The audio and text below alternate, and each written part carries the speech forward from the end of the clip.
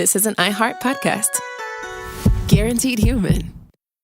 There's a difference between liking a house and actually getting it. Redfin is built to make up that difference and close the gap between finding and owning the home for you. Redfin agents close twice as many deals as other agents. So when you find a home you love, you're not a step behind when it comes to making an offer. That means less watching great homes disappear and more focus on the one you'll call home. Redfin helps turn saved listings into real addresses. Get started at redfin.com. Own the dream. Tired of spills and stains on your sofa? Wash away your worries with Anabay.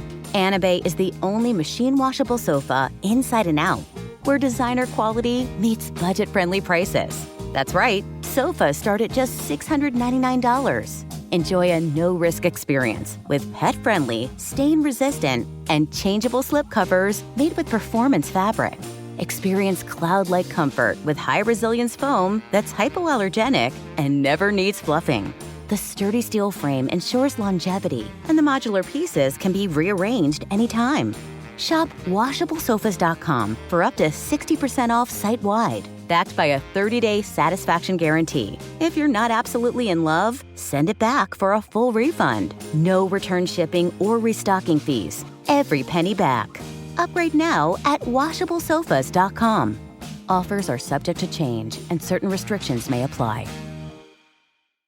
Support for the show comes from Public, the investing platform for those who take it seriously. On Public, you can build a multi-asset portfolio of stocks, bonds, options, crypto, and now generated assets, which allow you to turn any idea into an investable index with AI. It all starts with your prompt. From renewable energy companies with high free cash flow to semiconductor suppliers growing revenue over 20% year over year, you can literally type any prompt and put the AI to work. It screens thousands of stocks, builds a one-of-a-kind index, and lets you backtest it against the S&P 500. Then you can invest in a few clicks. Generated assets are like ETFs with infinite possibilities, completely customizable and based on your thesis, not someone else's. Go to public.com/podcast and earn an uncapped 1% bonus when you transfer your portfolio. That's public.com/podcast. Paid for by Public Investing. Brokerage services by Open to the Public Investing Inc. Member FINRA and SIPC. Advisory services by Public Advisors LLC, SEC registered advisor. Generated assets is an interactive analysis tool. Output is for informational purposes only and is not an investment recommendation or advice. Complete disclosures available at public.com/disclosures.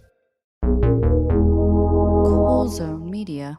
Hey everyone, Robert Evans here, and before we get to the episode, obviously a lot of people in Gaza need a lot of different help, but we've been connected to the Al-Ghazawi family by a friend of ours who's doing aid work there right now. They are trying to get 14 members of their family out of Gaza before, things get any worse for them. And they're raising money to do so on GoFundMe. If you Google Help Al-Ghazawi Family Escape Gaza, GoFundMe, you can find it. Al-Ghazawi is spelled ALGHAZZAWI. Yeah, we're trying to help them, get to a safer place. So please consider donating if you can. Oh, welcome back to Behind the Bastards, the only podcast that makes you sad. That's the promise we make with Behind the Bastards, is that after listening to this episode, your life will be worse. And to help me make your life worse, the great Joe Kassabian. Joe, welcome to the program. Hey, thanks for having me back. I'm glad to finally get my my Behind the Bastards hat trick. Yeah, wow. Yeah. What's the hat trick? Oh, that's 3. a sports reference that you should really know. I was about to say, because I don't know you as a hat guy, Joe. Hat trick means that you scored no. 3 times in one thing. Oh, okay. Mm-hmm. Yeah. Okay. So for everybody listening, they have to take their hat off and throw it somewhere, anywhere. Okay. Well, they're all busy doing that. I'm going to throw you a story of a real piece of shit, Joe. What do you know? Boy. Joe Kassabian, host of the Lions Led by Donkeys podcast, author of several books. What's your latest, Joe? I forgot the title. So my latest... We'll do the plugs up front now. Mm-hmm. Yeah, I have a military science fiction series coming out. The first 2 books are currently out. You have the Undying... The whole series is called The Undying Legion. So if you look up the Undying Legion series or my name, you could find it. And the first 2 books are currently out, and the 3rd book will be out next month. Excellent. And you also have your work of nonfiction, The Hooligans of Kandahar, people should check out all of your books. Now, you know who didn't write fiction, but did lie enough to be considered a fiction writer? Oh, boy. Lavrentiy Beria. What do you know about Lavrentiy Beria? Oh, no. Yeah. Oh, I would be brought in for Beria, wouldn't I? Yeah, of course. Oh, he is. If you've watched The Death of Stalin, he's the bad guy. I mean, everyone is the bad guy in The Death of Stalin, except for maybe Zhukov, but he's the bad guy in The Death of Stalin. He's the bad guy in everything. He was the bad guy in real life, too. One of them, you know? We open like a lot of our episodes with like comparisons to usually the Nazis, right? We'll call King Leopold the Hitler of African colonialism, or like the British Empire slow Nazis, because Nazis are like everyone's touchstone for the absolute depths of human evil. And one of the things that's interesting about Lavrentiy Beria is that Stalin himself compared him to a Nazi during the Yalta. I think it was the Yalta conference when he's talking to like FDR. He calls Beria our Himmler. Like that's how he introduces Beria to the president. Like, this is my Himmler. Yeah, I got one too. We all got a Himmler. Well, everybody's like got FDR a Himmler, right? Or Churchill. It's like FDR or Churchill like said Stalin is a bastard, but he's our bastard. He's like, yeah, he's Himmler, but he's our Himmler. He's our Himmler. It's cool. We got one. I actually don't agree with that comparison. He's not much like Himmler. I guess he kind of, Himmler runs the SS, Beria runs the secret police, because that's the comparison. But like, Himmler is a hardcore believer, right? Himmler's not like a fair weather Nazi. He's like into the occult. He's got a castle where he's doing rituals and shit. Like, one thing you could say about Himmler is he believed all that kooky nonsense. Really into witches. Really into witches.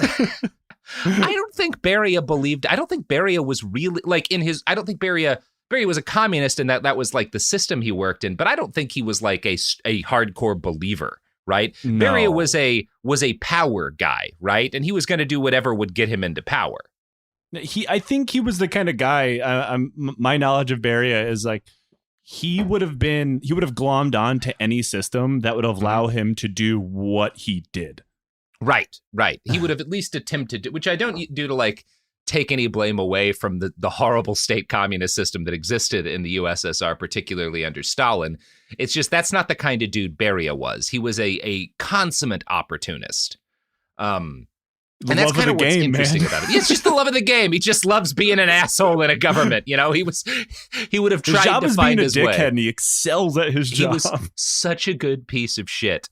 I had a line in here about how he's got a body count only rivaled by these Australian dudes I met once in a Berlin hostel, but I wasn't sure if that was an obvious enough joke. Oh, God. Don't room next to Australians in a hostel, guys. It's just a mess. It's true, Australians. Don't room next to Australians anywhere. Don't stay away. That's why they're on that island, They need to be there. It's the only thing that contains them is the isolation and countless venomous animals that will murder them if they step out of line. When you get kicked out of the UK for being too much of a hooligan, it says something. There's one thing I can say positive about Australia is I love the national pastime of hooning. Yes.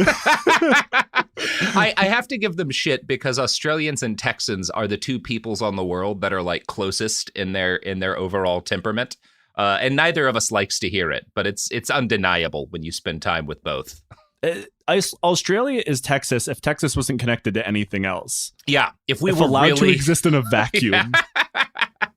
Speaking of Texas, a lot of people say the Texas of Eastern Europe is Georgia. I don't know if anyone's ever said that, Joe. Actually, as someone who lived in both Texas and Georgia, I'll allow it. Well, that's where our friend Beria is born. And Georgia, the country, is in a tough historic position. If you just look at a map, you can, and you have a vague knowledge of like the last 1,000 years, you can like put together in your head some of the problems Georgia was likely to have had, right? They're kind of in the middle. If you're the Turks, right? If you're the Ottomans, Georgia's in the way of where you want to get to, right? Man, that sounds familiar. If you're Europe, Georgia's also in the way of getting to places you want to go. If you're Russia, Georgia's in the way. They're just they're one of those speed bump countries, and they're going to wind up having kind of a tumultuous history as a result of just kind of being in the middle of a bunch of shit. So by the end of the 1700s, Russia has won most of eastern Georgia in a gentleman's game of murder each other with the Ottomans. Russian interest in the area peaked whenever the Turks looked tired or weak and would fade whenever Turkey looked like it really wanted to throw hands. By the middle of the 1800s, this tug of war had gone Russia's way often enough that most of Georgia winds up in possession of the Tsars, who treated the Georgians about as carefully as they treated everything else, right? Not great. It's not great. About as great as Russia currently treats Georgians within its borders. Yeah, that's a generally accurate way to look at it. So Georgians, by and large, are not thrilled with this situation. But since the Turks hadn't really been any better, some of them started looking at some radical solutions to their having a government problem. And socialism's kind of the new hotness at this point. So in Georgia, socialism is it becomes kissing cousins with nationalism, right? And by the start of the 1900s, there were two broad socialist groups that were kind of gaining influence in Georgia. You got your Mensheviks and you got your Bolsheviks. Bolsheviks basically means the majority party, and Mensheviks means the minority party. But the Mensheviks are much more numerous than the Bolsheviks. It's a little bit of a fuck game there, right? The Mensheviks are it's not really accurate to view them as social democrats the way we know them, but they're closer to that than what becomes the government of the Soviet Union, right?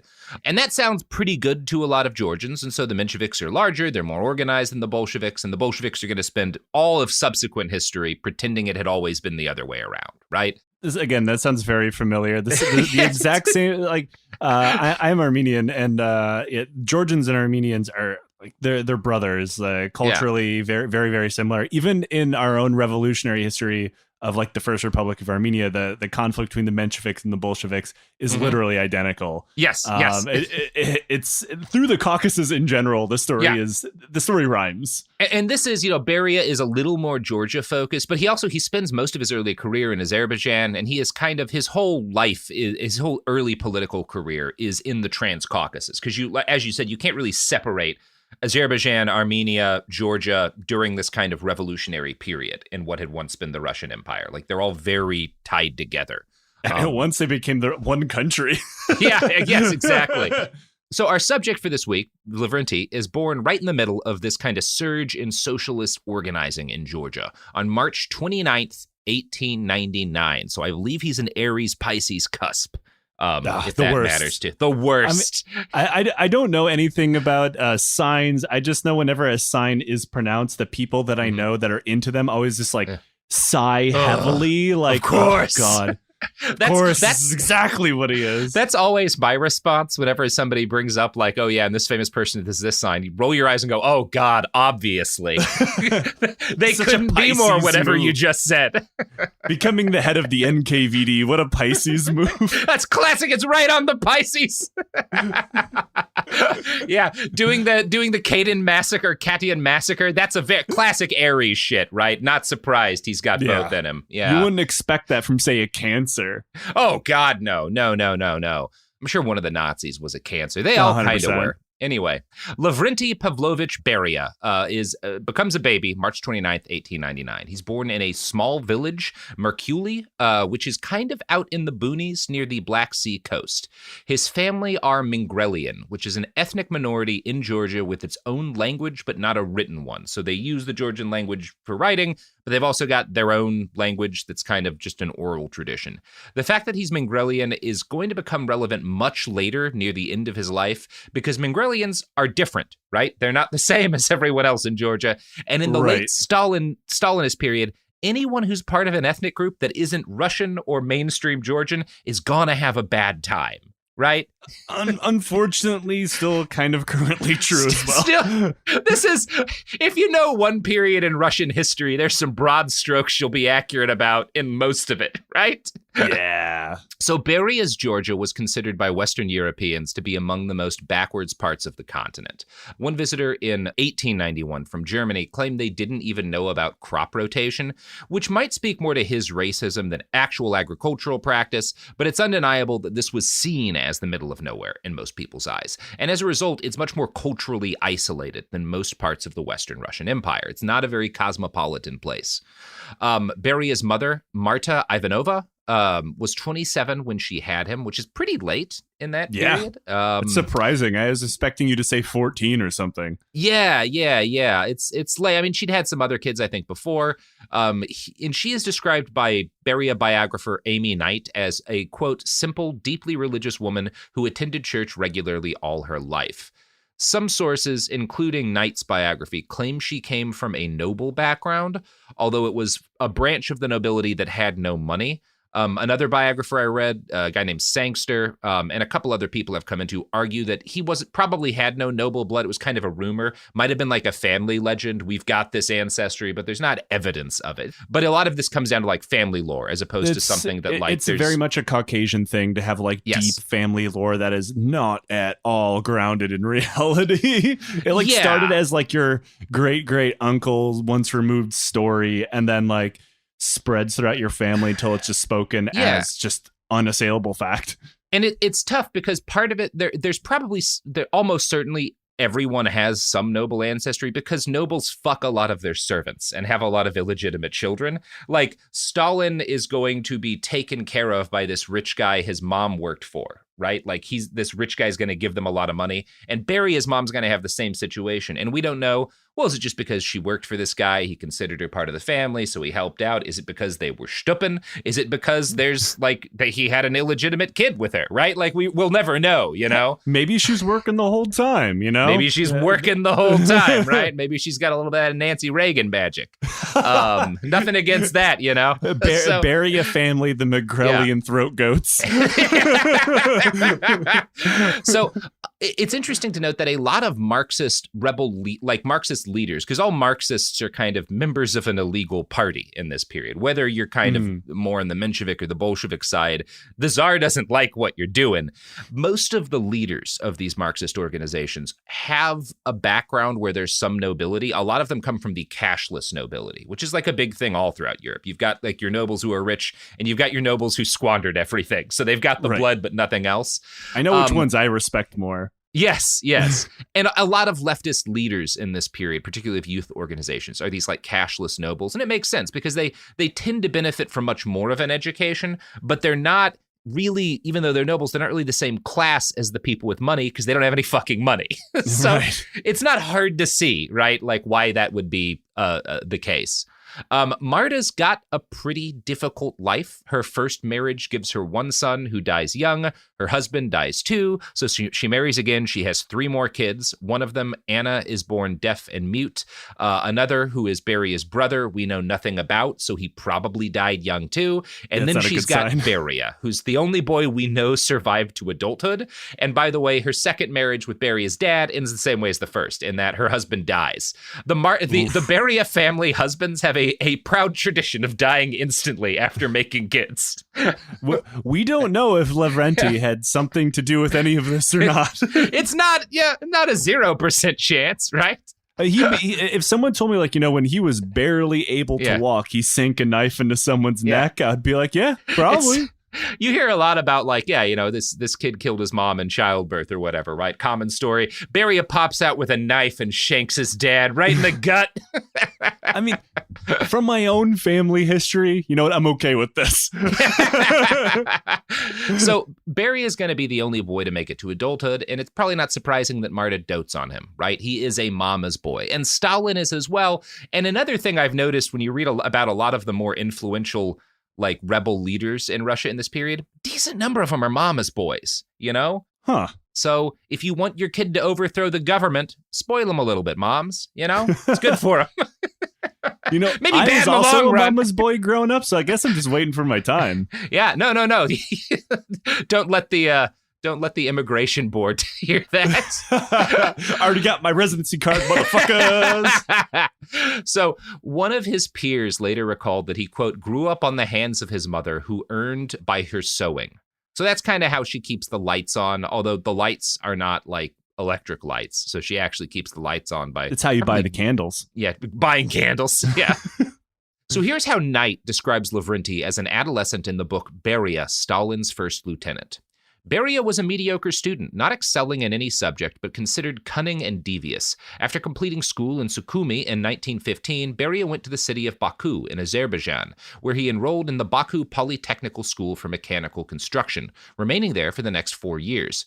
Beria probably chose Baku for his studies instead of Tbilisi, which was much closer to home because it offered the specific course he was interested in. Nonetheless, Baku was almost 600 kilometers from home, quite a distance for a boy of only 16. Beria says in his autobiography that he supported himself, his mother, his sister, and young niece by doing office work during school vacations. Now, these claims that Beria is a shitty student, but, supports his family and somehow gets into Baku Polytechnic are primarily supported by a family friend and later comrade in the USSR government named Danilov. And Danilov is the guy who's like, yeah, he wasn't book smart, he was a shitty student, but he's just cunning. We get a different version of what happened in a summary of Beria I found on globalsecurity.org, which is a think tank founded in 2000 that focuses on defense and foreign policy. Bob Woodward likes them. I don't know much more about them beyond that, but they seem to be relatively credible, and this scans with some other things I've read.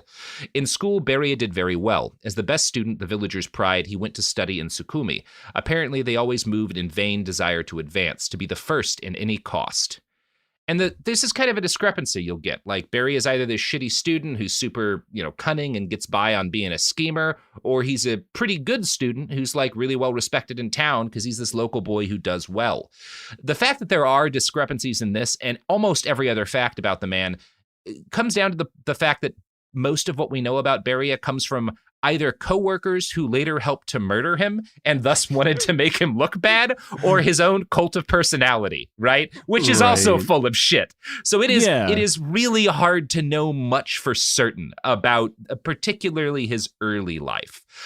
Polish writer Thaddeus Witlin, an early Beria biographer, even called Beria the man without history. Of course, Andrew Sangster notes, he then spends pages on his early life, how he dressed and even his thought processes, how he behaved in school, and from this the reader can only assume it is mere conjecture. So, again, there's so much bullshit about this guy, even in the pretty good biographies. And I'm not shitting on Knight here. I think her book is generally quite good, but, there's just a lot of maybes with Beria. I think that's right? kind of part and parcel with a guy like Beria, right? Yes. When he comes to power, he's known for being terrifying, which, obviously we'll get to. And one of the most terrifying things you can do, and something that he had the power to do, was erase his own history. Then you can't use it against him. Right. And that's a part of it. And also one thing Sangster will note is that most early Beria biographies are written after his execution. When he so Stalin dies, they kill Beria, and guys like Khrushchev comes into power next, and Khrushchev and everyone who kind of survives from the Stalinist era, they're all complicit in the crimes of the Stalinist era, and they all want to blame everything that went bad in that period on Beria, because it really works out well for them. So the books about him in this period are basically just novels with Beria as the villain. And he was a villain, but that doesn't mean everything in those novels is true, right? Yeah. For his part, Sangster agrees that Beria was actually probably a really good student, and I kind of think he's right about this because from what I've read, Baku Polytechnic's a pretty competitive school, and it's not super common for kids like Beria from poor villages to go there if they're not really good students, Yeah, I mean, far be it for me to say anything positive about the city of Baku, but everything written about the Polytechnic is very, very good. I've never heard it as it's not a schlup school or anything like that, and especially being from a village, being from a cashless noble family, or just maybe a regular poor family, whichever it may be. You had to show some kind of promise in order to get in it, and they're not going to allow some dumbass who's coasting by on mediocre grades but is quote unquote cunning. You can't judge cunning on standardized testing. Yeah, maybe if he was getting an English degree where bullshitting was part, but he's in architecture, right? You presume he had to show some promise. It's always the fucking architects, Robert. You can't trust them. Look, I've been saying this for years, Joe. We have to kill all the architects, and I know that's half of our listeners. We're huge among architects, but you're all the death of this world. And you can't trust them. I don't know what it is. It's a lot like horses. I don't know what it is. Yeah. Just don't trust them. No horses, no architects. That's the new anarchist flag. I'm gonna try to get people to adopt. That's right. But if you hate architects, you know who's working to destroy them all and end all laws about how you can and can't build a house? Our sponsors. So buy from them and help them lobby Congress to make it legal to do your own electrical work. You know, it's safe. Sink into affordable luxury. Anabay is the only machine-washable sofa inside and out. With stain-resistant slip covers and a cloud-like frame duvet, everything goes right in the wash. Plus, the modular design lets you change the look of your space anytime. Visit WashableSofas.com to upgrade your home. Shop up to 60% off site-wide, with sofas starting at just $699 and a 30-day money-back guarantee. Shop now at WashableSofas.com. Offers are subject to change, and certain restrictions may apply.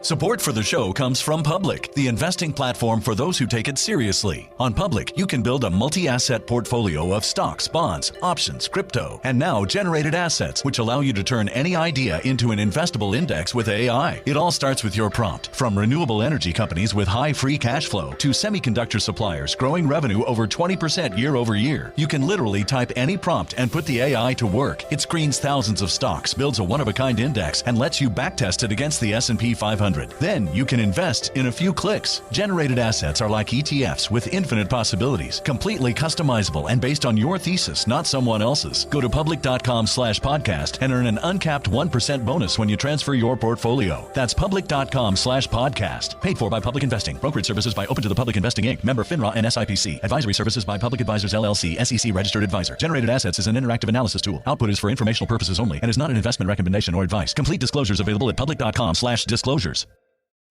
Let's talk about modern home shopping. It's sort of become a fun side hobby, right?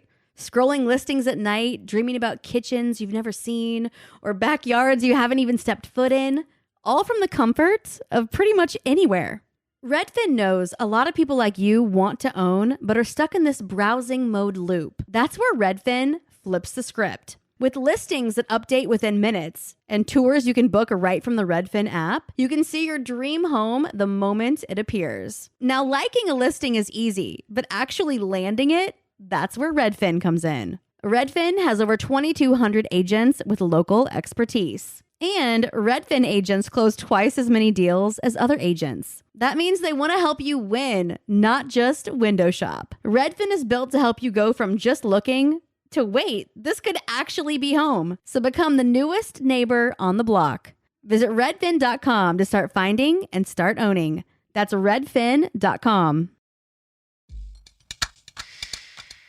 We're back, and I just, in the break, rewired my entire home. I've found out that if you don't put that plastic coat around the wires, it really cuts down on the weight, of your house, which is helpful. Yeah, and now I have nothing but male-to-male plugs, like the suicide plugs, holding all of my equipment together. I'm really happy they ponied up the money to get awareness out there for Rube Goldberg-esque ways to kill yourself with electricity. I'm all on board for it. Yeah, let's actually, Sophie, can we get a sponsorship from the people who make those male-to-male plugs on Amazon that burn down your house and kill your family? I think that's I'll read an ad for them. Probably not. I would just assume no. Buy them anyway, folks. They're probably safe. It's the only product you only have to buy once. Yeah, exactly. Beria would have liked them. He liked killing people. So there's a weird mention by one of the first Soviets to chronicle Beria's life, that he and his family were supported by cash gifts from a wealthy noble that his mom worked as a servant for. Kind of, again, makes me wonder if she was maybe getting some strange. There are rumors that actually Beria might be this guy's son. It's plausible, but you get this, literally the same thing happened with Stalin. So I think the fact is just this is not a really uncommon social relationship. Like if your mom was hot in rural Georgia, she probably had a wealthy patron, right? And why not? It's hard to get by back then, Your husband's going to die 3 times in your life. You need money from somewhere. I mean, what are your options? You're a penniless dirt farmer, or you let some rich guy clap them cheeks for 15 seconds every 2 weeks. Who wouldn't? Sign me up. Yeah, I'm on board. Well, no, actually, you and I are both dying at age 19 after fathering our 5th child. in the classic tradition. So, when Beria was 5 or 6, Russia gets convulsed by revolution for the first time in his life. We know now that this was the prelude to the 1917 revolution, but at the time, a lot of people would have seen the complete and devastating crackdown by the Tsar as evidence that the regime was pretty strong, right? You get this does not go well, and the Tsar kills so many fucking people. Now, in those days, again, the left-wing opponents of the Tsarist system are Bolsheviks and Mensheviks. The Bolsheviks are a tightly centralized party led by Lenin, who is not in country for a lot of this period. And they want a one-party. Germany, right? He's in Germany for a spell. I think he moves around a bit. I'm not an expert on his whole movements, but he's out of the country leading from afar for most of Beria's early life. And the Bolsheviks are very centralized. They're a one-party state that wants one-party control of a proletarian dictatorship, right? That's the whole idea. The Mensheviks are, again, closer to social democrats, and as a result are more popular for most of Beria's childhood, because most people generally prefer not one-party rule to one-party rule. That does change rapidly at points, but whenever anybody throws around a term like dictatorship, it's a turnoff. I'm not on board. I'm not generally on board. Now, in this case, you can debate like if your choice is dictatorship of the proletariat to the Tsar. I don't think you're wrong in saying like, well, let's try anything but having a fucking czar. I get it. You know, like if I was ruled by Tsar Nicholas, I would accept anything that is not Tsar Nicholas. Anything that's not the Tsar. It makes sense to me. Logical step. From the age of 16 on, Beria is going to be his mother's primary means of financial support, which means that he's able to, when he moves to Baku, kind of one of the things he does, he gets involved in socialist organizing. And one of his jobs for the student organization he's in, because he's working full-time, he has a lot of connections with workers that are also organized in different Marxist like unions and stuff. And he's able to make connections between the student group that he's at the college and these like laborers who are not super educated, right? So that's kind of his earliest job as a, not even quite a revolutionary, but certainly an activist at this stage. More just like your run-of-the-mill organizer at the time. Yeah. Now, to note, though, there is a revolutionary aspect to even being run-of-the-mill as an organizer, because this is still treason, right? Like, this is illegal, you know?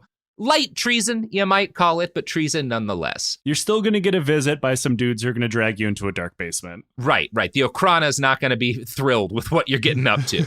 And by the time the big Dub Uno is underway, that's World War I, everyone hates it when I use those terms for them. I got to say I'm not a fan. Nobody likes it. I don't like it, but I'm doing it. Much like having a czar. It's just one of those things that can't change until there's a bloody revolution. So, you know, I guess I'm going to have to revisit Oregon.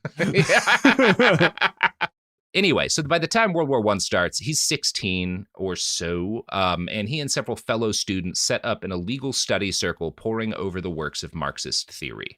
Beria is treasurer of the group, and in March of 1917, he joins the Bolshevik Party.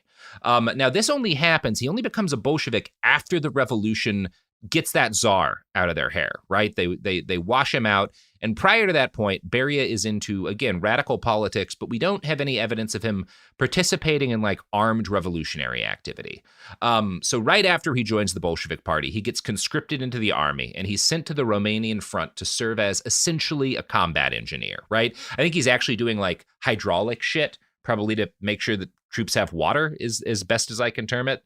Yeah, make sure this water only has the minimum amount of cholera necessary. Yeah. You don't want too little cholera, right? Yeah. Like, you know, a growing soldier needs some cholera. Yeah, it makes it strong. Like World War I is one of those things. It's like there's so many episodes in that arc that would make the world a much better place if a bullet sailed just like 5 centimeters to the left or the right. Oh my God. There's that sad story about that British sniper who has Hitler in his sights. And we know this is true because like he remembered it and Hitler's like, yeah, I saw this guy get a bead on me. And the Brit was like, well, the fighting was basically over. They were in retreat. And I was like, I don't want one more boy to die today. And you can't blame a man for doing that. But if only that motherfucker must have kicked his own ass harder than anyone else. It's one of those moments from history where it's like, what is the lesson here? Kill more teenagers? Like the lesson that I'm taking from this is never take mercy on your enemies because one of them might be Hitler. It's like that woman who like stops Hitler from committing suicide by trying to like talk him out of it. And it's like, yeah, what do you get from this? Like, where do we She draw nestles a conclusion? alongside Hitler, puts her arm around her, is like, have you heard of BetterHelp? Don't learn lessons from history, people. That's the primary lesson of this podcast. Ignore everything I say and get on with your life. Especially if you got a motherfucker in your crosshairs and he has a weird little mustache, you have no choice. Look, shoot anyone with a mustache. That's really the lesson. So by this point, when Beria gets sent to the Romanian front, Russia is, the Tsar's no longer in power, and the government that replaces it is essentially democratic. Right? The Bolsheviks are not in charge yet. This is not the USSR. It's kind of a socialist democratic state. It's not a very functional socialist democratic state, right? Which is why some other things are going to happen, right? Yeah, and this is the Caucasus, so things are even like a little messier. But this ailing new democracy is still fighting the Tsar's war, right? Which is a bad call. They probably should have done something besides continuing to fight World War I. It seems like an easy an easy own goal. It's like, this really unpopular war that drove people to revolution. I have an idea. What if we keep doing it? Yeah, let's keep throwing down with the Germans. What if we just fed another generation of our men into a meat grinder to make some kind of multi-ethnic mush? Yeah. Great call. So it doesn't go well, right? And there's going to be a Bolshevik revolution. I think we're all familiar with kind of the broad terms of this. And this is when Beria kind of gets involved, right? During this very chaotic period, he becomes the Bolshevik party representative for his military unit, because all of the units have like effectively these unions, and his is a Bolshevik one. And when the war finally ends, he moves back to Baku, where the Bolsheviks are now ascendant. In the rest of Azerbaijan, I think it's still more Menshevik, but like Baku, the Bolsheviks are really starting to pick up a lot of steam. And he gets a position on the staff of the head of the Baku Soviet of Workers' Deputies, right? So it's kind of just because he's known as, and this again makes me think those things about him not being a good student are not accurate. He keeps getting positions that are kind of high despite not having much experience, because the stuff he's doing is always like he's the treasurer, he's organizing, he's doing like bureaucratic shit because most people don't want to do that. And he's got an organizer brain, right? He's good at organizing like departments and shit. And he's willing to do that kind of boring but necessary work to lay the grounds to like actually have a large organization that does shit. And that's why he keeps getting put in positions, because like most people want to do the sexy stuff, and Barry is like, I'll do the hard bullshit paperwork stuff. Is not bullshit. Like, but, that's the key to power, is doing the stuff that nobody else wants to do and doing it well. Yeah. Again, I say this a lot. This is also the story of like Ceausescu. If you overthrow the government and are running a revolutionary party, and there's a quiet little dude who doesn't say much, but he's always taking on bullshit work and, really helpful, shoot that guy immediately. Immediately. He volunteers to run the People's DMV. Take that motherfucker out immediately. Yeah, exactly. That man needs to end up in a fucking quiet little grave. So this was not an auspicious time to be helping to run the Baku Soviet, because with Russia, breaking out in revolution, a lot of people are like trying to take advantage of this. And one of the people's trying to take advantage of this as a result of the war is Turkey, right? And Turkey's like, maybe we can have a little Azerbaijan as a treat. So they invade, and they wind up in charge of Baku for a little while in 1918. They are not in power there long, because, spoiler, after 1918, the Ottoman Empire doesn't do great. No. Doesn't do very well. Man, but they sure did a lot of damage before they finally died. They sure did. They went out like heroes. If heroes are constantly fucking up everything around them, they went out like a dying empire, I guess is probably better to say. So pretty soon, the Turks are back out, and the Bolsheviks kind of wind up in quasi power. They have a lot of power in the city after the Turks leave. They're not in absolute power, and they're kind of fighting with another party for actual control of the city.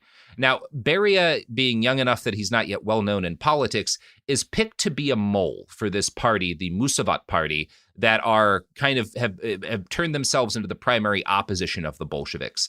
And they are to this day the oldest party in Azerbaijan still. They spend long periods of time kicked out of the area, exiled, a lot of their people get killed, but they still do exist.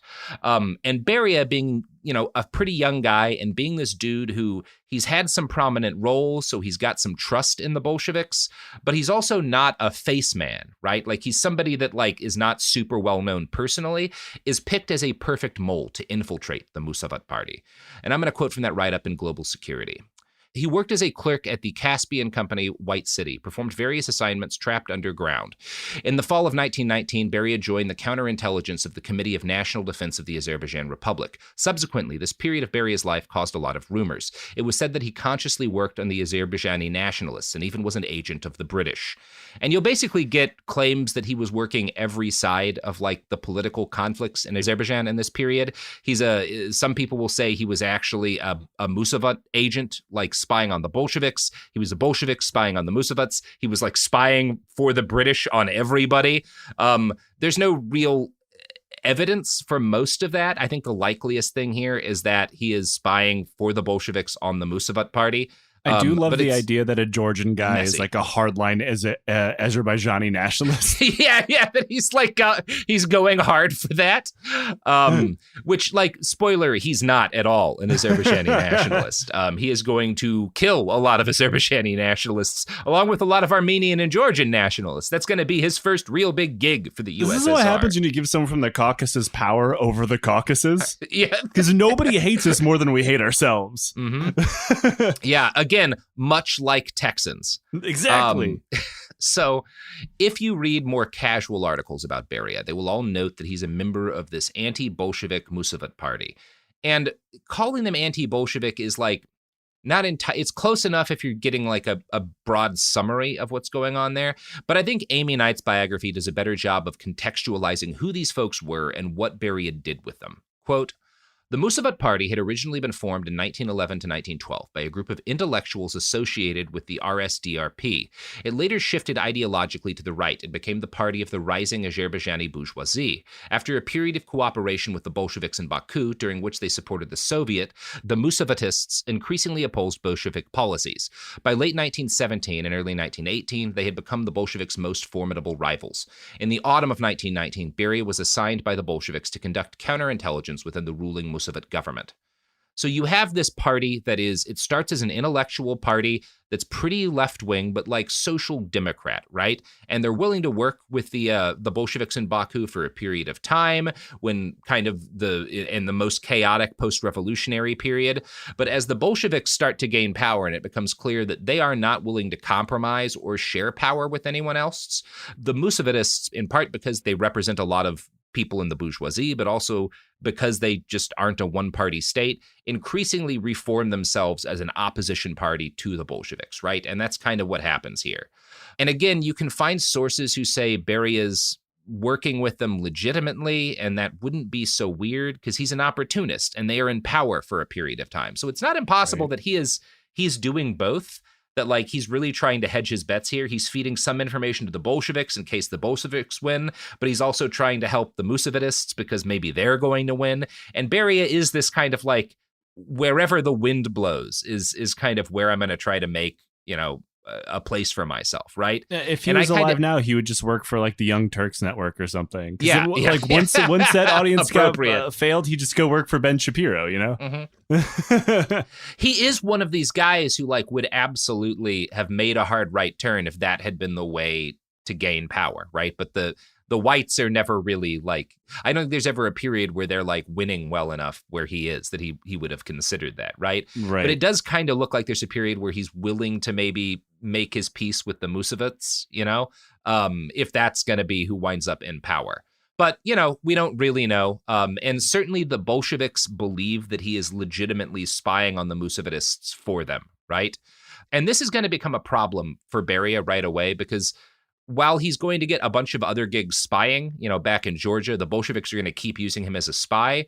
in like 1920, not long after this period, after the Bolsheviks win, he's going to be tried by the Central Committee in Azerbaijan for being a Mussolidist spy.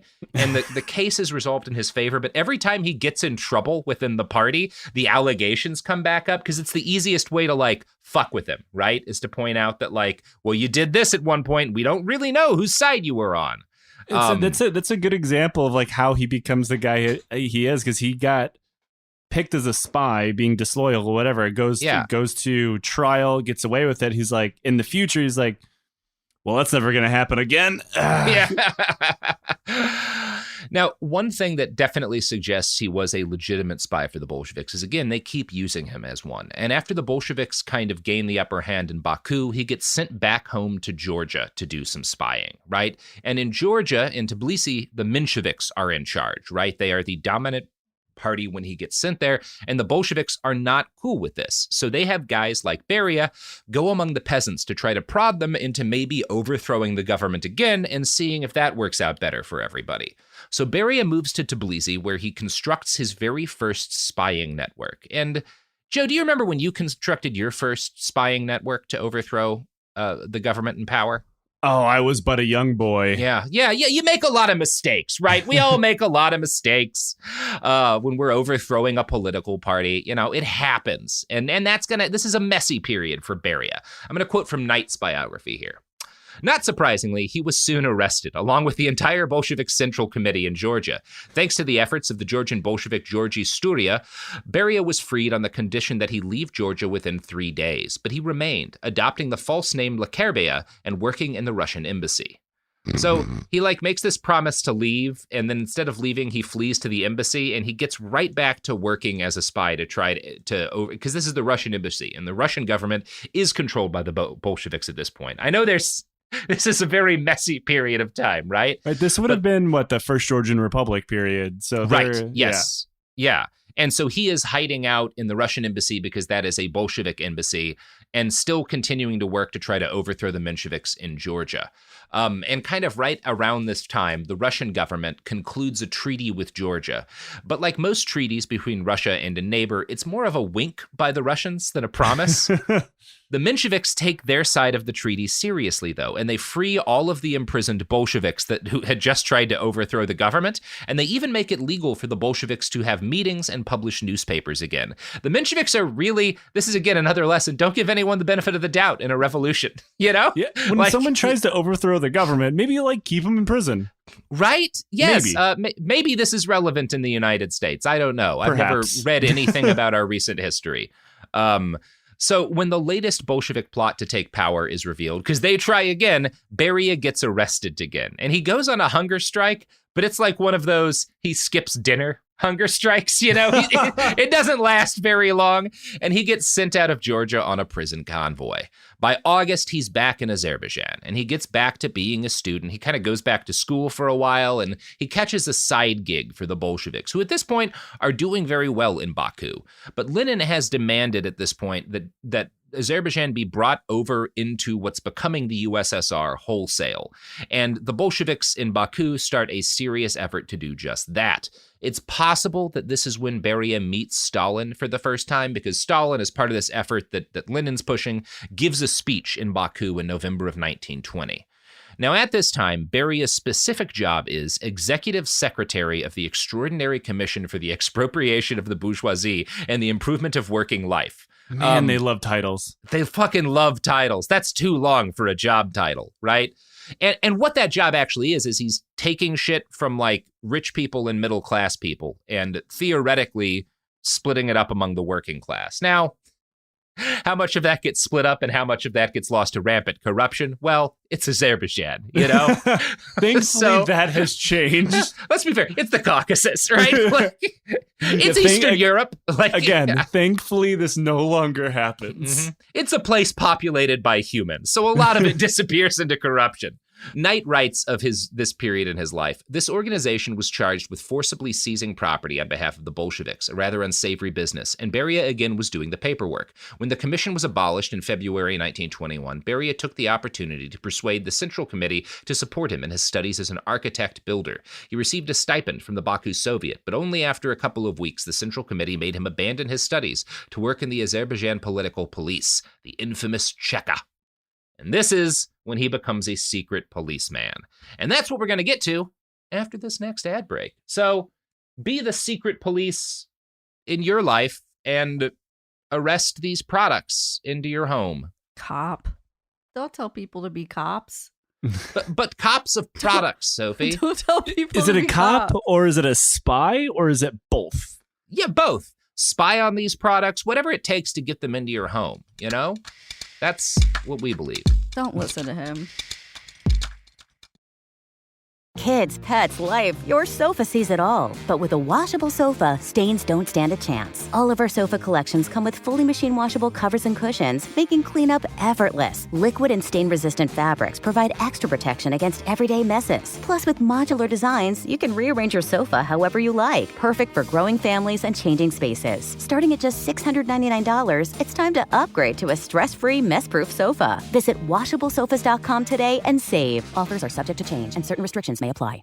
Support for the show comes from Public, the investing platform for those who take it seriously. On Public, you can build a multi-asset portfolio of stocks, bonds, options, crypto, and now generated assets, which allow you to turn any idea into an investable index with AI. It all starts with your prompt. From renewable energy companies with high free cash flow to semiconductor suppliers growing revenue over 20% year over year, you can literally type any prompt and put the AI to work. It screens thousands of stocks, builds a one-of-a-kind index, and lets you backtest it against the S&P 500. Then you can invest in a few clicks. Generated assets are like ETFs with infinite possibilities, completely customizable and based on your thesis, not someone else's. Go to public.com/podcast and earn an uncapped 1% bonus when you transfer your portfolio. That's public.com/podcast. Paid for by Public Investing. Brokerage services by Open to the Public Investing Inc. Member FINRA and SIPC. Advisory services by Public Advisors LLC, SEC registered advisor. Generated assets is an interactive analysis tool. Output is for informational purposes only and is not an investment recommendation or advice. Complete disclosures available at public.com/disclosures.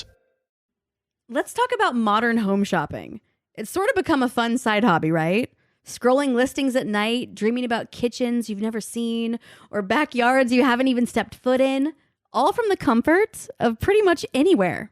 Redfin knows a lot of people like you want to own, but are stuck in this browsing mode loop. That's where Redfin flips the script. With listings that update within minutes and tours you can book right from the Redfin app, you can see your dream home the moment it appears. Now, liking a listing is easy, but actually landing it, that's where Redfin comes in. Redfin has over 2,200 agents with local expertise. And Redfin agents close twice as many deals as other agents. That means they want to help you win, not just window shop. Redfin is built to help you go from just looking to wait, this could actually be home. So become the newest neighbor on the block.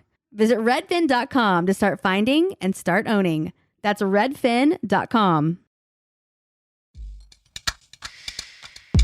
We're back. So the Cheka are the secret police in Georgia and Azerbaijan and everywhere, right? And they're going to go through several, this is what ends up, the different Chekas all eventually end up as the NKVD, right? Which all eventually ends up as the KGB. You know, this is like a process, right? If there's one thing the Soviet Union likes more than titles, it's changing those titles arbitrarily. My God. So many. I'm going to call them the Cheka for most of the period before, like, Beria is in Moscow and the USSR is fully settled. But they go through some different names, right? But it's generally, everyone still generally calls them the Cheka at various points because they're still the secret police, right? Whatever titles they're picking.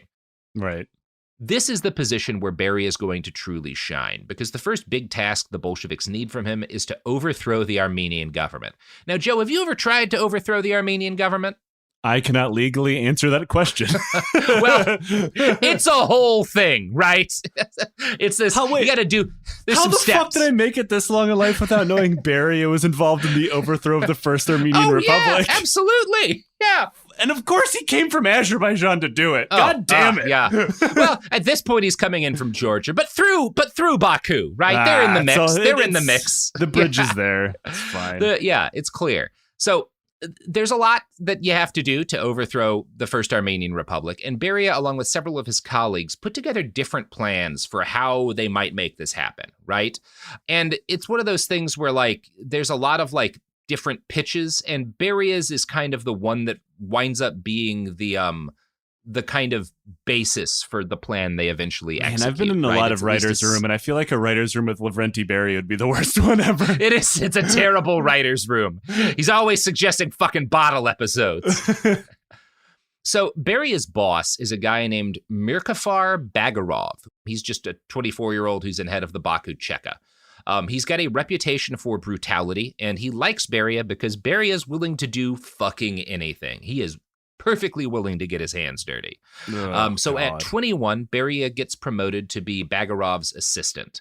And this is, the start of a fairly rapid series of promotions. Because people are killing and dying so rapidly, it's easy to move up if you're really willing to kill, And it's interesting, Bagarov is kind of the only guy other than Stalin, maybe, that Beria ever works under without later overthrowing or killing.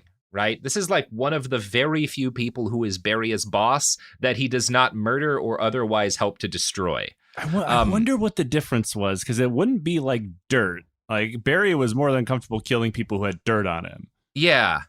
I think they may just kind of get along. Actually friends. It was like Beria's one friend. Yeah, they might have just kind of been buds. And also, I think it's that, like, he knows Bagarov is never really rising above a certain level, so he doesn't need to, right? He kind of can leapfrog over him without fucking him. And it's useful to have a guy like Bagarov who, like, owes you a favor that you can, much as Beria trusted. That sounds more likely than Beria having an actual friend. Yeah, like his one buddy. Now, Andrew Sangster argues that Beria begins in the Cheka, quote, a lifelong habit of intrigue against his own superiors in the hope that he could destabilize them to his own advantage. His next boss, Ivan Pavlinovsky, pleaded at staff meetings for his deputy Beria to cease intrigues against him. So, like, during meetings, please stop plotting to overthrow me. Like, we're trying to do a job. Stop it.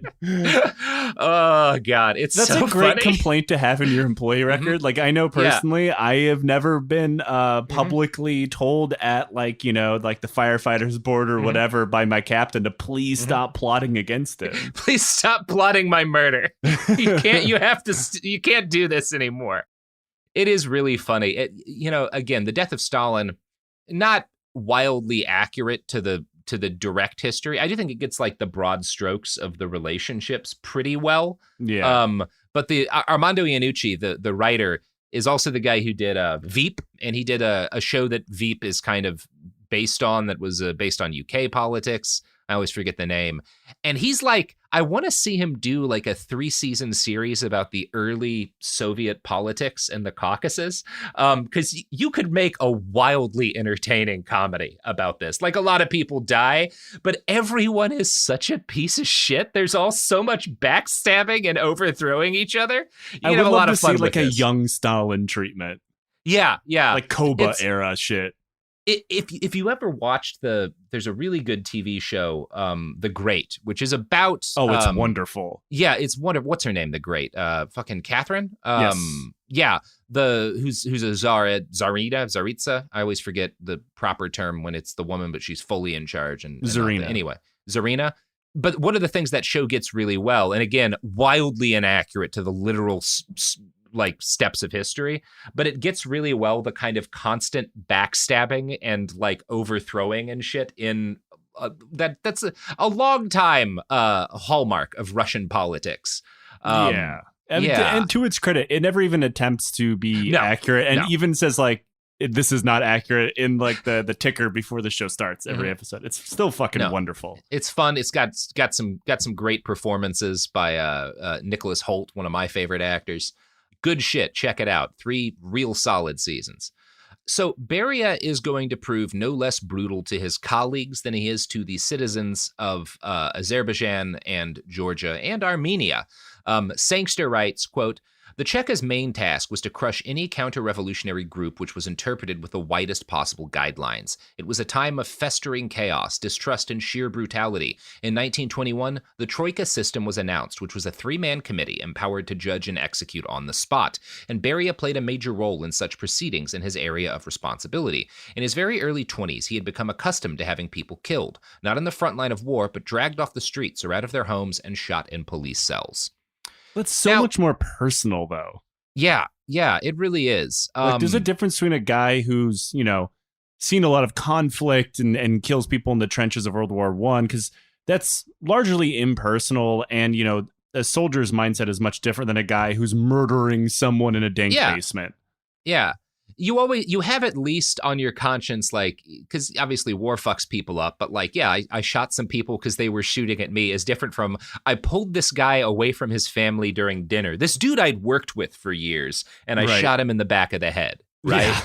They can't fight back. They're in a dank basement. Probably a lot of torture has happened before this. Mm-hmm. Yes. And this causes a tremendous amount of paranoia, right? Even among the winners in these conflicts, right? It kind of breaks everybody's mind, right? And the atmosphere grows paranoid enough that occasionally the right people are arrested, right? Sometimes that even happens. When you arrest enough people, you'll eventually grab someone who's guilty. Yeah. And one of those people is Beria. Shortly after his appointment to the Cheka, he gets taken into custody by the Cheka under suspicion of anti-revolutionary activity. Now, this was right because he is executing a lot of revolutionaries. But all of the people he's killing pretty much are socialists, right? But this is not accurate in a way they care about, and he is set free and continues to work killing revolutionaries. Now, I've noted a few times, I'm not wildly in love with any single source for these episodes, largely because trying to do a biography of a guy like Beria is just this horrifying task given how much disinfo is pumped out in his lifetime. Knight's book seems pretty good. I've definitely found a couple of conclusions in her book that I've considered shaky. I like Sangster's writing, and I think he's reasonably careful, but he also might be kind of a weird right-winger. Just looking at his bibliography, I don't see anything overly insane, but his book contains a casual Jordan Peterson quote. God. Yeah. So that was one of those things where well, fuck. And I had looked into the guy and I don't see anything right. inherently Did he ever write any books crazy. On Rhodesia at any point? Yeah. No, his biggest thing is he's obsessed with this guy. Yeah, he's a professor, and he writes this book about Alan Brooke, Churchill's right-hand critic, this reappraisal of Lord Alan Brooke, who's this World War II British military officer. I don't know much about Alan Brooke, but I don't see anything that's inherently crazy about any of this. So I don't know. I just want to let you know. Slipping a Jordan Peterson quote into that worried me. Was that in his book about Beria? Yeah. Where he it's that this is quote, the most out of left field so it could possibly be. It immediately made me backtrack and check on a bunch of shit that I had. And again, I didn't run into anything that was obviously wrong. Most of what he said lines up with most of what Knight said. And again, that point where Knight's hear the whole biography done in Jordan Peterson voice. Right. Yeah. The thing about Lavrentiy Beria. I didn't love it. Yeah. And I've got a couple of different quotes from this, or books that I used for this. Knight's book, Sangster's book. There's another book called On Stalin's Team that I use a lot later that's about the whole gang around Stalin. There's a little bit of the Stalin hype house. Yeah, the Stalin hype house. So I tried to be broad with this. And again, I didn't catch Sangster just lying about anything, but you should know you're not going to find any perfect sources on a guy around whom there's so much disinfo. Right. And broadly speaking, the two big things that you can argue about in terms of what kind of guy Beria was that you can support with a lot of evidence. One is he was an absolute psychopath and one of the most unhinged, violent, evil people within the Soviet government. And the other is he was as violent and evil as he had to be to survive within the system. And he was a guy who wanted to maintain power and was willing to do terrible things to keep himself alive, but was not wildly worse than most of his colleagues, which doesn't mean he's good, right? Those are kind of, broadly speaking, the two Berias that you can make a case for. I could see both. With yes, I can see both too. The caveat of being he was surrounded by just both odious, are really hideous bad. human beings. Yeah. But there's not many people that rose to the lengths that he did in the Soviet Union that asterisk, that we're aware of, that did the things that he did on his own personal time. Yes, and that we will be talking about that later as well. It takes a bit to build to that because a lot of that starts to happen, or at least we have documentation of the sex abuse stuff once he hits Moscow, which we are not at yet, right? So anyway, I just wanted to like, FYI, you should know this about our sources, you know? Beria has layers like an ogre. Yeah. Yes, and so do his biographers. And speaking of Sangster, you get lines like this during a discussion of how Beria and his fellow Chekists abuse their powers that I found interesting. Even modern-day police officers in an open liberal democracy sometimes query the activities of their next-door neighbors, and it is understandable that in a ruthless society, the sense of suspicion and doubt increases exponentially. And what? He's not wrong in that, like, modern police officers abuse their powers to spy on like women they're stalking and their neighbors and shit all the time. To be fair, the NYPD would hire Lavrentiy Beria. Yeah. It's that part of makes me think like, well, maybe the Jordan Peterson thing was like not evidence of anything sinister, because he is kind of being like, modern cops are terrible in a lot of the same ways Beria was, and I don't disagree, actually. This is one of those horrible moments, like even the worst guy in the world is right, you know? Not inherently an unreasonable caveat. But there's so many other quotes you could pick before you settle on Jordan fucking Peterson. It's, my dad likes Jordan Peterson, and my dad, for the record, like, voted for Trump once and didn't the second time, and now considers the Republicans to be like a very unhinged and dangerous anti-democratic, like anti-democracy party. But he still thinks Jordan Peterson's like, he's not on Twitter, He doesn't see any of this shit. Does your dad have an opinion on the Chinese dick sucking machines that Peterson posted about? No, he didn't believe me when I told him that. So you do have to keep in mind there are some normies out there that like casually read Jordan Peterson's self-help book about cleaning your room and were like, great. I come across that a lot. Like a lot of on like when you meet somebody like for the first time and you ask them like what they're reading, a lot of times it's that, and it's very innocent, and it's because they're not criminally online like we are.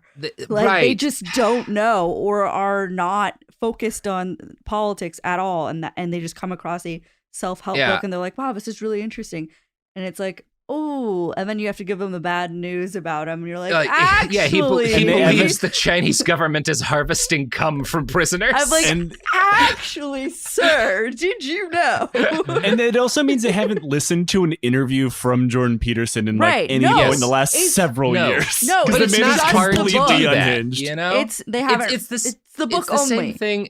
I have some like friends who are not online and fairly nice people who like listened to Joe Rogan 10 years ago and are like, yeah, he seems fine. And it's like, well, yeah. Like, how much is it worth arguing about this? Like I myself, the first podcast I ever listened to was Joe Rogan. And, I listened to it for a fair amount of time until like Brett Weinstein and shit started coming on.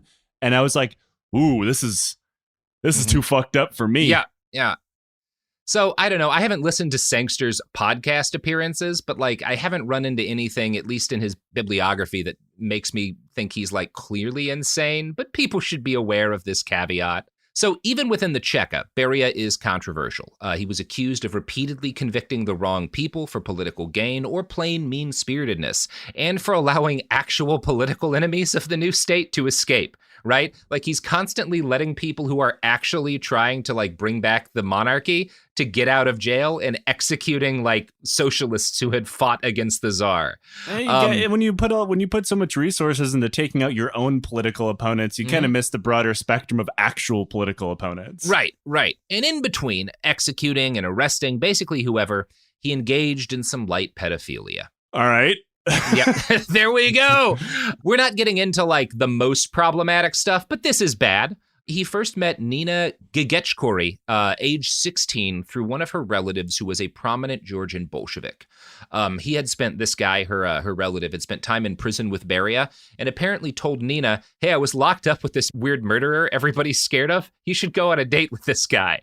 That's Beria, how I met my first wife. Sure, right. Who wouldn't, who wouldn't take that pitch? It's, it's one more thing he has in common with Stalin. Yeah, They're it's both one of those Georgians. like his they like both really like underage girls. instead of his online dating profile, instead of like holding up a fish, it's this like bloody dude he's shot in the back of the head. Like, I'm a Czechist, you know, Right next to a pickup truck. Once again, yeah, Texans. and his quotes from Jordan Peterson. So they go on a date or whatever, and Beria proposes soon after. And when they get married in 1921, she is still a child. Now, we get different accounts of what. I don't know if you wouldn't call this a meet cute, but we get different accounts of how they actually meet. And none of them are from flawless sources. One story comes from Stalin's daughter, Svetlana Aliluyeva, who was a bit of a mess herself, although it is hard to blame her for that, right? Yeah, Stalin's her dad. Stalin is her dad. You get some grace from me for that. She claims that Beria visited Nina's village when he was promoted to the same job that he had for the Cheka in Baku, but in Tbilisi. Nina came to him to beg for her brother's release. Quote, Beria had arrived in a special train. Nina entered his car and never again saw her native village. She was carried off, her beauty having caught the police boss's fancy. He locked her up in a compartment. That was how she became his wife. Now, that's a pretty horrifying story. The timing of Beria's actual promotions with when we know he met Nina doesn't quite match up. Now, it's very likely, in fact, that Svetlana might have the broad strokes right, but have gotten some dates and stuff wrong, you know, wouldn't be weird. Sangster notes, quote, the story Stalin's daughter relates probably grew from the possibility that they had eloped on Beria's train. Despite his sexual predatory nature, the marriage lasted and, quote, she remained in love with her charmer for the rest of her life. How many people get whisked away in their own personal train, you know? Right? I mean, that is pretty romantic if you discount all of the horrible things. You want to get on my murder train, baby girl? Yeah. Who doesn't want a murder train, right? I know. I could go for a murder train. Instead, I have to settle for a public train. Sucks. Yeah. And can't kill a single person on there and get away with it. Trains. No. There's cameras. It's fucked up. Yeah. So Amy Knight provides a different accounting of events. She notes that Beria met Nina when Nina was 15, and Nina comes to visit her relative in prison when he's locked up with Beria. Beria, from prison, is enraptured by the beauty of this child and remains obsessed with her. When the Bolsheviks take Georgia, Nina moves to Tbilisi with her adopted family, and Beria becomes a regular house guest. Quote, Nina was still young and a lighthearted schoolgirl. She once carelessly joined other students in a demonstration against the Bolsheviks, despite the fact that she was living in the home of a prominent Bolshevik. She later recalled in an interview given when she was already in her mid-80s how on that occasion she came home soaking wet because the police had sprayed the student demonstrators with water. Sasha's wife, Mary, was furious, threatening to whip Nina because she had expressed opposition to the Bolsheviks. One day, Beria stopped her on her way to school and asked her to meet him later for a talk. Nina agreed, and when they met, Beria proposed marriage. She recalled, we sat on a bench. Lavrentiy was wearing a black topcoat and a student's service cap. He told me that for a long time he had been very taken with me. What is more, he said that he loved me and wanted to marry me. I was 16 years old at the time. And so that's the version of events that she would later give. You know, Nino would later, you see it both as Nino and Nina. That's the version that she would give, right? And in this version of events, which, like, I don't know which of these, all of these are bad because she is a child in all of these. Yeah. Her recollection of events is that, like, yeah, he kind of like sweeps her off her feet, right? Noted hopeless romantic Lavrentiy Beria. Yeah. Now, in this version of events, Beria wanted to go to Belgium to study oil processing for the Soviet government, but they wouldn't send an unmarried man, and she agrees to marry him because it's better to have one's own family than to live in someone else's, which is not an uncommon story. That, like, and again, you have to think this is a different time. She's like living with her parents and under her dad's roof and is like, well, I would rather be the number 2 person in my household than a child in my household. Yeah. So, you know, I'm not trying to give Beria any slack here, but like that's her recollection of why she makes the call, right? And 16 for the era wouldn't have been too out of pocket or anything. It was not the norm, but it was not something that most people would have considered really problematic either. Right. It's not like, you know, like the story about Stalin's underage mistress is much more glaring because I believe she was either 13 or 14 or something. And there's going to be a lot more problematic shit about Beria and underage people and just women in general that's coming later. This is almost the most innocent thing about him because at least it was romantic. But at least that's how Nino recalls it, right? Now, I want to really emphasize every variant of the story here, including Nino's, agrees that Beria deliberately sought out a child bride, right? So calling him a pedophile, very fair. I but take back what I said. Gross. Her version of events is that, like, I was down because it meant more freedom for me, basically being number 2 in a household as opposed to a child, which, again, that's what she recalls. And she gets to go to Belgium. Who doesn't love going to Belgium? Tragically. Beria never winds up visiting Belgium. This just doesn't happen. In late 1922, he gets transferred to Tbilisi as part of a plan by the Bolsheviks to make their suppression of outlying territories seem less like a foreign occupation by having locals do the mass murdering of dissidents. And again, this is part of why Svetlana's account that he kidnaps her on a train doesn't quite work, because they have already met by the time he's made head of the Cheka, right? Mm-hmm. Or deputy head of the Cheka or something like that. There's a lot of different titles he goes through. So by this point, although still pretty young, Beria's personality is fully formed, and his driving motivation seems to be the desire to improve his own situation through cunning and brutal violence. He becomes known for such quotes as, "When we Bolsheviks want to get something done, we close our eyes to everything else." Never a good sign. Good way to do some mass murdering, I always say. Sophie will tell you, that's my catchphrase, baby. Podcasters are the same way. So Georgian nationalism was still a major force in the area, which threatened Soviet plans to unite it with Azerbaijan and Armenia as a single bloc within the greater USSR. Beria is tasked with crushing this desire for independence. Mensheviks are also murdered en masse, and by 1922, mass graves had become a common sight. Sangster writes, "During these early years, Beria proved to be cunning and proficient at seeking out and killing the opposition. Whole families and villages, people with the same surnames or the slightest connections, were murdered by the Cheka and the army. There was no mercy. It amounted to thousands upon thousands of victims." Of his own participation in these crimes, Beria would later write, "Whatever cruelty that the Cheka had to carry out receded, in my youthful conception at the time, into the foggy distance, and I pictured only the difficult, dangerous obligations in the name of humanity's happiness." Ugh. This is accurate also to Sam Bankman-Fried, who recently got sentenced to 25 years in prison. If you ever tell anyone anything that I do is justified because I'm doing it for the happiness of humanity, again, you gotta shoot them, you know? Yeah, the one thing that really improves humanity's happiness, from my own personal experience, is mass graves. Yeah. Oh my God, who doesn't love a nice mass grave? You can have a picnic on them. It'll eventually make really flowers beautiful grow well. Flowers, green grass. People talk about the downside of mass graves all the time, but never any of the benefits, you know? Yeah, everybody's so negative all the time. Couple generations later, free bones. Who doesn't like bones, you know? Skulls are expensive. I know. My skull guy is fucking taking an arm and a leg out of me these days. And, several generations, thousands of years in the future, boom, oil. That's right. Again, it's almost green, Joe, It's about recycling. Thinking. Yeah. Exactly. You turn them from people who are using oil and polluting to people who are generating oil and not perpetual energy, baby. It's like a solar panel. So Beria's thoroughness earned him the respect of Stalin, who was known to deport several loyal Bolsheviks to the east for the crime of not getting along with Beria. In one case, Beria asked for a deported rival to be recalled to Tbilisi so that he could beat the man for fun. Other gifts given to Beria for his service in 1922 included a gold watch for courage and a pair of Browning automatic rifles, which is a legitimately rad gift. A pair? Yeah, a pair. Can't just have one bar, man. You gotta double down on that shit. You got Beria fucking bars akimbo, which is like the ultimate version. Oh, fuck. So by the spring of 1922, the Federation of Transcaucasian Republics, which Beria and his colleagues had battered into submission on Moscow's orders, was inducted into the USSR as a single entity.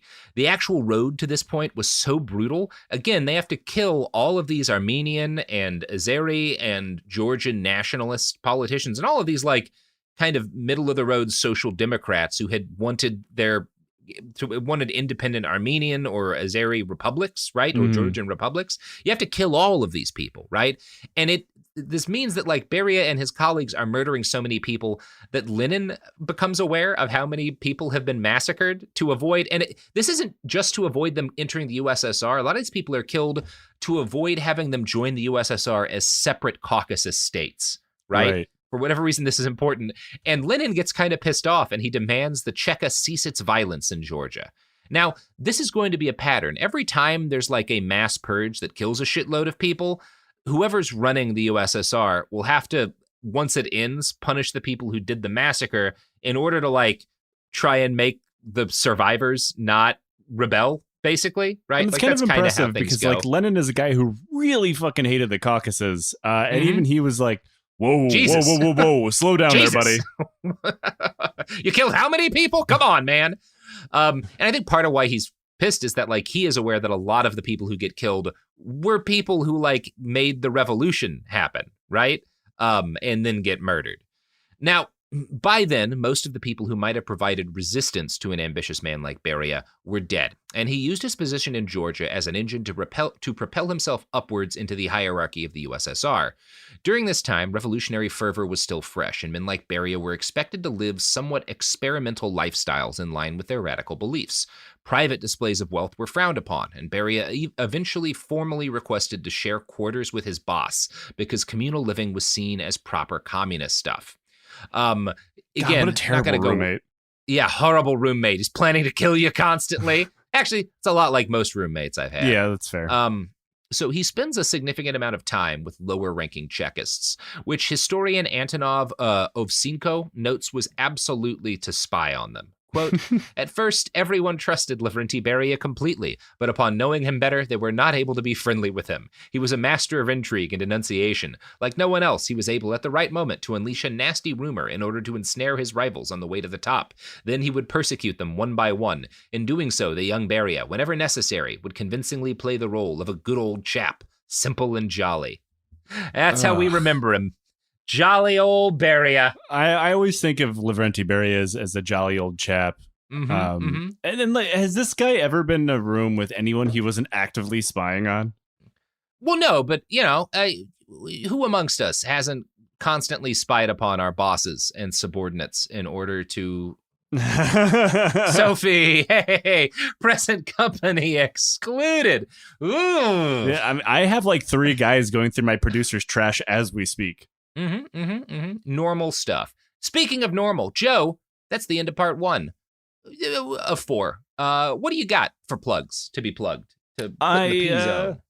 I am the host of the Lions Led by Donkeys podcast. We talk about military disasters, crazy stories from military history, and also all around horrible shit, much like your show. And I'm also a science fiction author, and you can find my newest series, The Undying Legion, anywhere that you procure your books from. Yeah. Well, check out Joe's books, check out Joe's podcast, and, you know, get really good at digging if you intend to get into revolutionary politics, you know? Always good to be able to dig a big hole, you know? A lot of things you can do with a hole. A lot of things you can put in a hole. So, a lot of supervisors you can put in a hole. Supervisors, your boss, your roommate, your roommate boss. Put them all in the hole. That guy you put him in dislike. the hole, the problem's gone. Yeah, the guy you dislike, that guy you like. Everyone Especially goes in the if you hole. like them. Yeah. That's the number 1 person to put in a hole. Anyway, this has been Behind the Bastards. Goodbye. Behind the Bastards is a production of Cool Zone Media. For more from Cool Zone Media, visit our website, coolzonemedia.com, or check us out on the iHeartRadio app, Apple Podcasts, or wherever you get your podcasts. Kids, pets, life, your sofa sees it all. But with a washable sofa, stains don't stand a chance. All of our sofa collections come with fully machine washable covers and cushions, making cleanup effortless. Liquid and stain-resistant fabrics provide extra protection against everyday messes. Plus, with modular designs, you can rearrange your sofa however you like. Perfect for growing families and changing spaces. Starting at just $699, it's time to upgrade to a stress-free, mess-proof sofa. Visit washablesofas.com today and save. Offers are subject to change, and certain restrictions may apply. Hey, this is U.S. Olympic gold medalist Tara Davis Woodhull. And I'm U.S. Paralympic gold medalist Hunter Woodhull. As athletes, our lives are about having a clear path. And a team that you can absolutely trust. So when it came to getting the best mortgage, we chose PennyMac. PennyMac is proud to be the official mortgage provider of Team USA and you. Learn more at pennymac.com. PennyMac Loan Services, LLC, Equal Housing Lender, NMLS ID 35953. Licensed by the Department of Financial Protection and Innovation under the California Residential Mortgage Lending Act. Conditions and restrictions may apply. This is Julian Edelman from Games with Names. As a fellow dude, do you ever get that not-so-fresh feeling in your butt? That's because you're probably using the dry stuff to wipe. Wet, extra large, flushable dude wipes get what toilet paper leaves behind in your behind. You wouldn't clean the tail end of your truck with dry paper towels. So why would you wipe with dry toilet paper? Wetter just cleans better. With dude wipes, there are no more dingleberries, no more itch and irritation, just a deep, down the seam, confident clean. Plus, unlike baby wipes, dude wipes are extra big for adult hands. You're not a baby, so keep them on hand so you get nothing on your hands. And speaking of on hand, dude wipes come in different scents and pack sizes, including a single-use, on-the-go pack that you can take anywhere for that home field advantage. Stop being an a-hole to your b-hole. Drop the toilet paper. Available on Amazon and major retailers nationwide. Dude wipes, best clean, pants down. This is an iHeart podcast. Guaranteed human.